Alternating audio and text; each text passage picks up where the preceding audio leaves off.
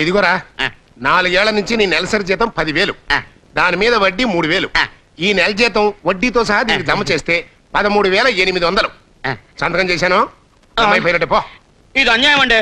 జీతం అడిగిన ప్రతిసారి ఈ పుస్తకంలో 4 అంకెలు రాసేసుకొని ఇచ్చేసానులే పోరా అంటారే కానీ నా చేతికి వచ్చి గవ్వ కూడా ఎవరో. జీతం ఇస్తే ఏం చేసుకుంటావురా?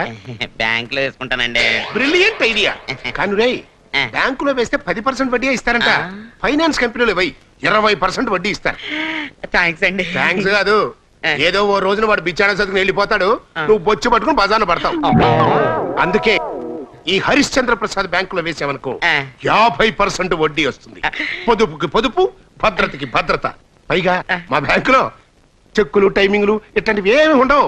ఎప్పుడు పడితే అప్పుడు వేసుకోవచ్చు, తీసుకోవచ్చు, వేసుకోవచ్చు, తీసుకోవచ్చు, వేసుకోవచ్చు, తీసుకోవచ్చు. అయితే ఇప్పుడు డ్రా చేసుకుంటాను.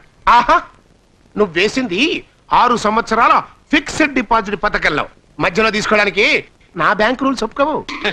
శాడిజం అండి, శాడిజం. అయ్యగారు, నా జీతం మొత్తం ఆనా పైసలతో సహా నాకు ఇప్పుడే కావాలండి, ఇచ్చండి. నేను విన్నది నిజమేరా? ఏంటండి? నీకు బాగా పిచ్చి ముదిరిపోయింది. నీ తాత మీ నాన్నలాగా ఎప్పుడో మెంటల్తో పిచ్చి చావు తెస్తావు. అమ్మో, అలా భయపెట్టకండి, అవసరం నాకుండే ఈకు. అయినా మీ బ్యాంకులో ఇంత ఎక్కువ వడ్డిస్తుంటే వేరే బ్యాంకులో వేసుకోవడానికి నాకు పిచ్చి అనుకున్నారేంటండి? వస్తానండి, నాకు అవతల చాలా పని ఉంది.